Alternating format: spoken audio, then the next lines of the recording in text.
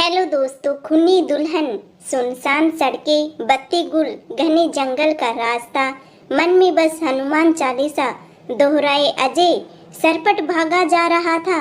अपने कदमों की आहट खुद सुनाई दे रही थी उसको और सांसें तेज हो रही थी।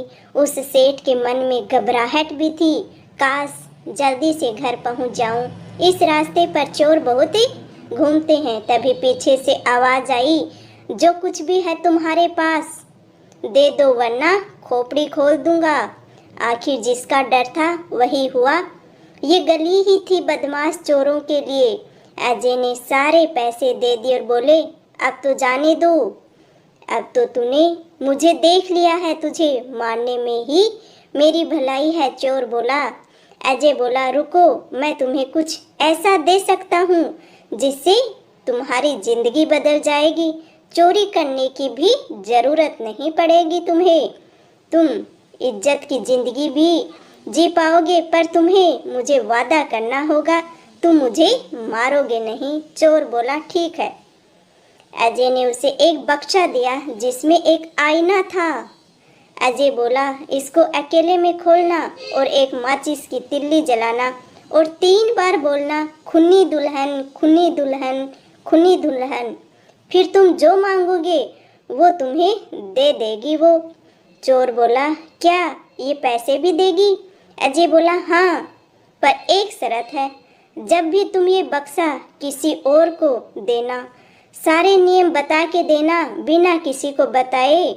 इसको कहीं रख आए तो ये फिर तुम्हारे पास ही आ जाएगा। हाँ, इसको ख़त्म भी करने की कोशिश मत करना, वरना अंजाम बहुत बुरा होगा। चोर बोला, मैं इसे अलादीन के चिराग को किसी और को क्यों दूं भला। चोर खुशी खुशी बक्से के साथ घर चला गया अपने।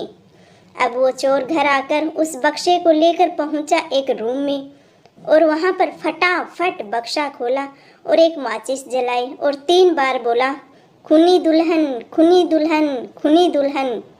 अचानक से आईने में तेज रोशनी हुई और वो डर कर पीछे हट गया। उसकी तो सांसें ही रुक गई थी, मानो जैसे सामने का नज़ारा जो इतना भयानक था। सामने ईसाइयों के दुल्हन के एक सफ़ेद ड्रेस में जिस पर खून के धब्बे थे सजी हुई एक लड़की खड़ी थी। बाल बिखरे हुए थे उसके, आंखों से खून टपक रहा था, उसके चेहरा आधा जला था, उसमें से हड्डी दिखाई दे रही थी, रूहें कपाने वाली आकृति थी उसकी। दोस्तों, वो बोली, बोलो क्या चाहिए तुम्हें, पर एक शर्त है, जो तुम मांगोगे उसकी कीमत किसी और को चुकानी पड़ेगी। चोर बोला, ले लेना, पर फिलहाल मुझे पैसे चाहिए। दुल्हन ने अट्टहास किया और बोली, लालची लालची, तूने वही मांगा जो सब मांगते हैं। हा हा हा हा हा करके वो हंसने लगती है। अचानक से पैसों की बारिश होने लगी। चोर पागल हो गया खुशी के मारे, इतने सारे पैसों की बारिश हुई। दोस्तों, चोर ने पूछा, पर तुम इतने पैसे लाई कहाँ से हो, ये बताओ मुझे। दुल्हन हंसी और बोली, तुम्हें इससे क्या, तुम मजे करो, तुम्हें पैसे चाहिए थे वो मिल गए, कहाँ से आए हैं इसका तुम्हें क्या करना है। एक भयानक चित्कार के साथ वो गायब हो गई। फिर वापस अगले दिन सुबह वो पान की दुकान पर गया तो पता चला अजय, यानी जिसके उसने पैसे लूटे थे, वो शहर के जाने माने पैसे वालों में से एक था और वह रहस्यमय तरीके से मरे पाए गए हैं। उनके पैसे भी गायब थे। चोर को बड़ा अजीब सा लगा। 10 साल बीत गए अब इस बात को। अब वो चोर शहर का बड़ा रईस सुरेश बन गया था। उसने उस बक्से को तहखाने में रख दिया जहां उसके परिवार का कोई भी सदस्य नहीं जाता था। उसके ताले की चाबी सिर्फ उसी के पास थी। यहाँ तक कि उसने अपनी बीबी और बच्चों को भी कुछ नहीं बताया था उस बक्से के बारे में। एक दिन उसकी बेटी का एक्सीडेंट हो गया जिसमें वो बुरी तरह जख्मी हो गई थी। वो बहुत ही दुखी था। उसको उस बक्से की याद आई। वो तहखाने में गया, बक्सा खोला माचिस जलाई और 3 बार पुकारा, खुनी दुल्हन, खुनी दुल्हन, खुनी दुल्हन। वो अट्टहास करती हुई आई, फिर से वही भयानक चित्कार वाली हंसी लिए बोली, कहो, बहुत दिनों बाद याद किया है मुझे आपने। सुरेश बोला, मेरी बेटी को बचा लो खुनी दुल्हन, आज मेरी बेटी को बचा लो आप। वो बोली, पर एक शर्त याद है ना, किसी एक को अपनी जान देनी पड़ेगी। तो सुरेश ममता में अंधा हो गया था। बोला, ठीक है, तुम मुझे मार दो पर मेरी बेटी को बचा दो, मुझे मार करके मेरी बेटी को बचा दो तुम। वो दुल्हन अपने काले दांत निपोड़ते हुए बोली, नहीं, जिसे मैं चाहूँगी वो ही मरेगा, आपके कहे अनुसार नहीं मार सकती। हा हा हा हा करने लगती है। फिर उसे आईने में दिखा, सामने वाले पड़ोसी की बेटी जख्मी हो गई थी। सुरेश को बुरा लगा, बचपन से उसे देखा था। वो बोला, अब मैं कभी तुम्हारे पास ही नहीं आऊँगा। दोस्तों कहते हैं ना कि ऐसी हराम की कमाई ऐसे ही निकलती है।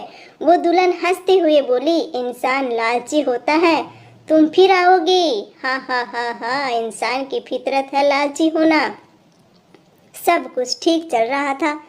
अचानक एक दिन सुरेश की बीबी को दिल का दौरा पड़ा। डॉक्टर ने जवाब दिया कि ये नहीं बचेगी। सुरेश बहुत ज़्यादा परेशान हो गया। दोस्तों, सुरेश की बीबी भी रोने लगी कि वो अपने वारिस का मुंह बिना देख पाएगी। अब सुरेश ने फिर से उस आईने के पास जाने की सोचा कि एक आखिरी बार फिर से कुछ मांग लेता हूँ। वो दुल्हन फिर से आई, अट्टहास करते हुए बोली, देखा आ गया ना। बोला, मैंने कहा था ना फिर से आएगा, तू लालची होता इंसान। बोल, क्या चाहिए तुम्हें? मेरी बीबी को वारिस का मुंह दिखा दो। खुनी दुल्हन। सुरेश गिड़गिड़ाने लगा उसके सामने। पर शर्त याद है ना? खुनी दुल्हन बोली। वो बोला, हाँ याद है। और वो दुल्हन जोर से हंसी।